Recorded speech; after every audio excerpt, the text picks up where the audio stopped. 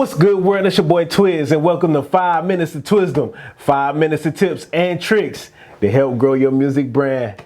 Today, artists, the show is for you. Alright, I got my dog here, Jay. Say it, go Jay. So it go Jay, man, that's right.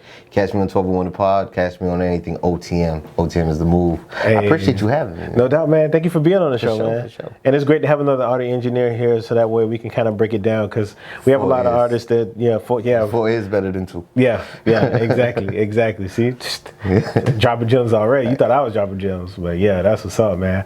So I want to talk to you about really just working with different artists. You know, a lot of artists, I have encouraged them to get their own setups and to just start recording themselves and to invest more into the marketing on that part and make sure you get to the engineer.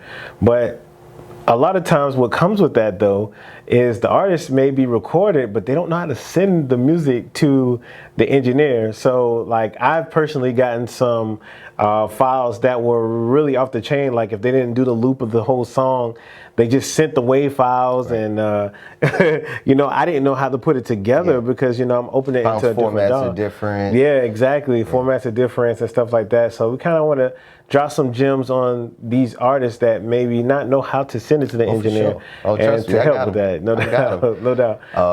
You know, I think probably one of the most time-consuming things is after getting a session sent to you, having to sit there and rearrange it. Right. You know, the rearrangement of a session is huge. All right, if I'm going to record a session and the beat goes from left to right, beginning of session, end of session, and then you know, you have a chorus that's copied and pasted however many times they have the chorus there. And then you have each verse. Exactly. If you bounce these tracks down, whatever DAW, digital audio workstation you use, you bounce them down and they all just slot to the left. That's it. Now the engineer has to sit there and piece it together again. It's like a jigsaw puzzle. Yeah. So who wants to start the session off doing like a word puzzle or a jigsaw puzzle? That's the worst. Another thing that got me also is when they don't label it. Yeah. So you have to label each individual track. So you gotta solo and listen, solo and label, solo and label.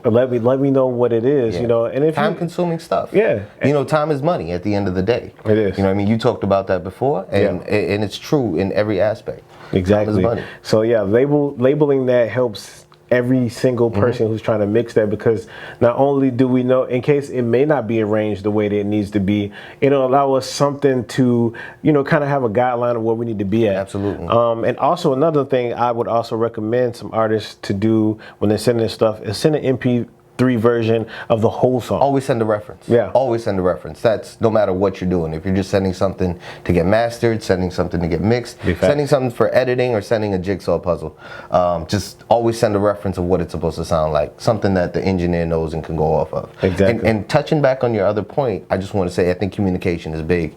If you have some type of sketch work or mock-up idea of how you want everything done, you can just put things like BPM, which is so important. If you don't have the BPM set to the engineer, or they don't know exactly what it is, it's kind of like when you send out music to a DJ. Exactly. They need to know the BPM. The engineer needs to know the BPM even more so. Exactly. Putting it back together like How important is that to even know the BPM for the song?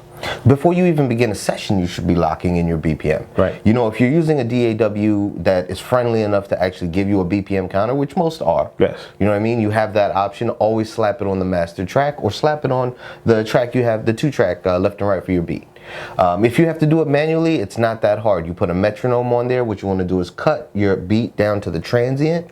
And, you know, if you want to expand on the transient, it's just where the actual impact, the loudness comes in. True. You know what I mean? True. And then you want to basically start it from there. Don't worry, you could drag it out later. Yeah. You know what I mean? But as long as you start it there and that metronome hits, then you can count or tap the beat. A lot of DAWs use tap. Tap function. That's what's up, man. A few tries will get it done.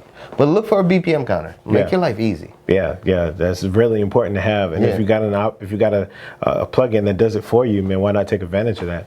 No doubt. That's what plugins are for. What is something else that you may have encountered to where you just wish that artists knew before they sent this? I won't even accept the session unless it's got something I already pre-sent to the engineer or pre-sent to the artist, whoever's gonna send me down the stems. I'll just make sure I know on paper, like a little Word document or something like that. BPM count, how many bars is this verse? How many bars is this verse? And tell me exactly what type of file. Did you send me waves? Did you send me MP3s? Right. Did you send me AIFF? So it's like a checklist almost. Right. Okay. Because all those different compression formats, that should affect how your mix sounds.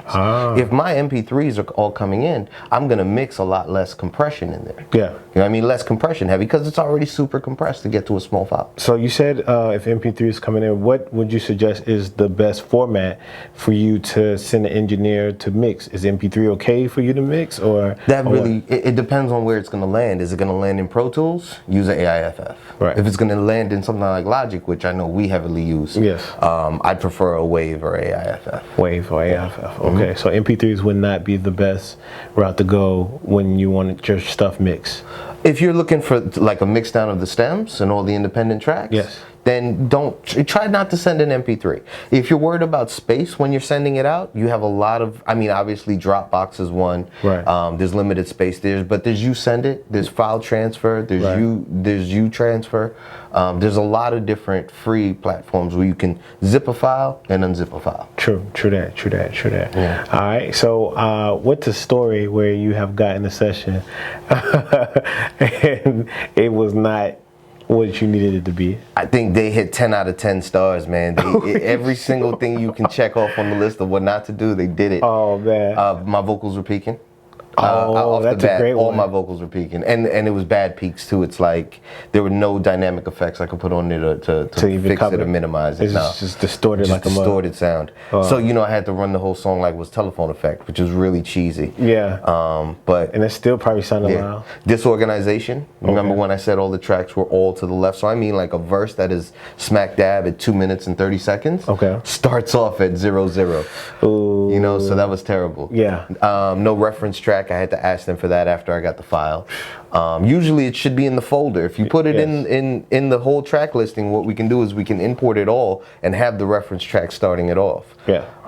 But yeah, I think they checked every single box off. Wow. From the gain staging to the type of file. They sent me MP3s, obviously. Wow. Which probably is the reason why them vocals clip so badly. Yeah. Because you're already super compressing it down. And So gain stage high. Gain staging. You mentioned gain staging. What is gain staging for artists who maybe just got to set up? What is that? It's either your set preamp level, where basically whatever your microphone runs into, whether it's something like a 002 or something like a Control 24, whatever it is, right, or even anything from any other manufacturer personas.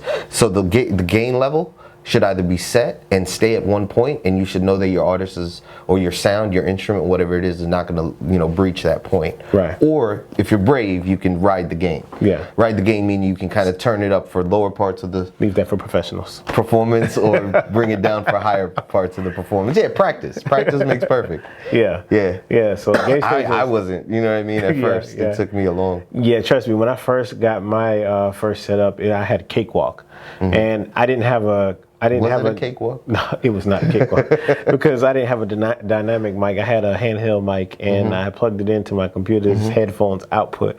So we thought screaming in the microphone. Thought, oh yeah, that's good levels. And now look, there's some artists that come out and do that now. Yeah. Screamo rap. Yeah.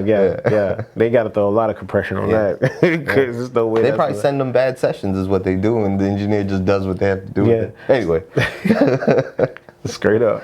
Real talk though, you go into a different segue for that. Like, how important is it for your engineer to really have the tools to, do you think it's more so the engineer's skill, or do you think it's more so the plugins now that gets a bad session to make it sound honestly really decent? I think really what it boils down to is communication. Right.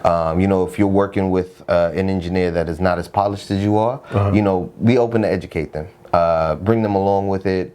Just explain to them exactly why some things have to be certain ways. Right. Discuss the difference between what they're using and what you're using, so you guys can find a happy medium. Right.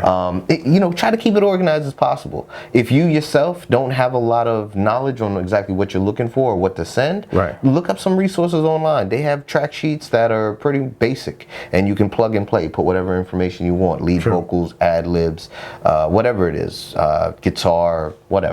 Right. So get that stuff, keep yourself organized, and try to communicate everything that you would want somebody to tell you if you're sending it, and try to be, very forward on exactly what you're looking for when somebody sends you a track. Right. That's dope, man. That's dope. If you're an artist, you should learn this too, because then no matter what engineer you're working with, maybe you can make sure that they're brought up on the same level you are. Exactly. And you don't know how much that makes the workflow go by faster when the artist and the engineer can talk the same language, or different engineers. Like, I love when engineers, they do know what they're doing. When they send me a session, I really don't have to ask too many times. They already have everything I need in there, and it's real convenient. It allows makes my work a lot easier. When I'm able to. Have you had some horror sessions sent to you too? Yeah. So one thing, that's what I said about the labeling, like they sent a bunch of stuff, and I know whenever somebody sends stuff from Pro Tools, they just went to the audio folder, and the audio folder keeps every single take.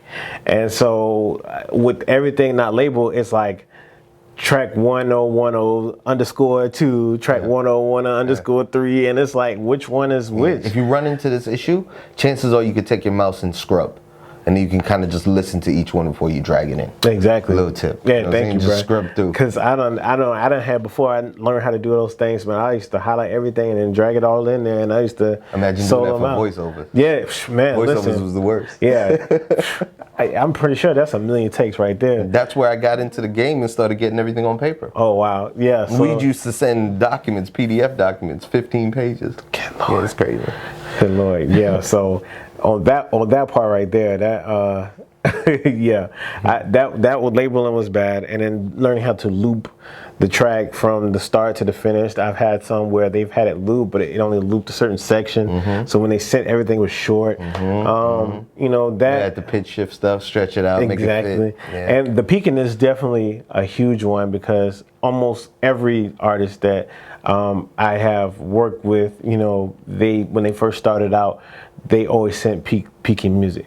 Were they recording themselves? Yes, they were recording themselves. And gain stage. Yeah, gain stage. And it's always peaking. All of them is peaking. It's like, man, sometimes you can mask that. Yeah. But then sometimes if it's like distorted really bad, you can't do nothing about that. No, you can do. Yeah. You can either just suck it up and mix it, or let it ride. Yeah. And so a lot of times I'll be like, yo, I can't mix this. You know what I'm saying? This is not good audio quality. This is what I need. And I tell them, like, this is what I need. And I only have one that was like, well, I get my mix somewhere else. I was like, well, they're going to tell you the same thing, bro. I'm just giving you a professional outlook. Can't polish a turd. Yeah, you can't do that, bro. Can't polish a turd. You're going to smear it, bro. Just make more. You know what I'm saying? So that was two huge ones that and also, like, please invest in like a mud guard. If you haven't seen one of my episodes, pop filters, those two things, they really help, because when you hear the p and the t and the s, you know, get creative with soundproofing nowadays. You can, yes. There's a lot of things you can do to kind of stop the noise, some kind of noise controlling environment for you to do that. You have to do that. And because some I've even heard some people send me audios where it sounds like they just recording in the living room, probably raw mic. I can hear the ADT beep going off every like 10, somebody 15 seconds. Yeah, and then some artists like to wear jewelry while they recording because they want that clanging. Please take your jewelry off. Take your chains off. It don't help, man. Take your chains off. It's stuff in the background. People who got keys in their pocket jumping while they rapping. So if it's you're like, still writing your rhymes down on paper, please memorize that and put the paper down. Yeah, exactly. You know what I'm saying? Or use your phone. You know what I'm saying? Use your phone or scroll. But you can't. Yeah, the paper is going to pick up the noise when you rap and stuff. It's better off if you have a notebook. That's something that's concrete that you can hold on to it and rap on that. So just getting great audio levels in general has been a huge one first, and then the labeling, and then the looping. I feel like those things were a pain in the butt to do.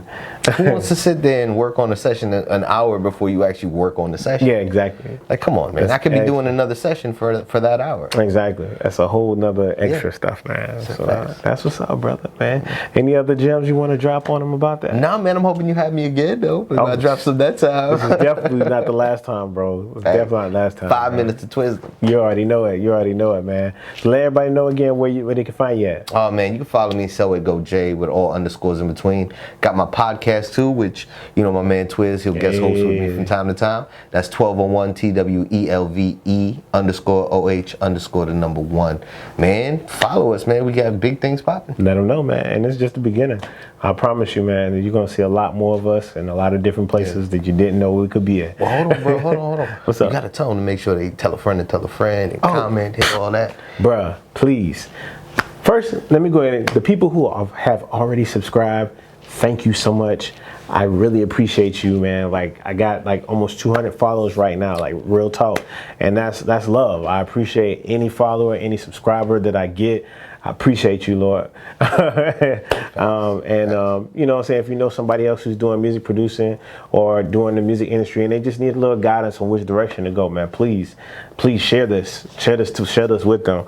You know what I'm saying? 5 minutes. Some of them are longer than 5 minutes, like today's episode, man. There's too many gems in here to cut out. Too many gems to cut out. So it's all raw, you know what I'm saying? Uncut, just kind of stuff that you can get, man. And hey, do it, bro. And I appreciate everybody. If you haven't, get on the wave, man. We're showing love.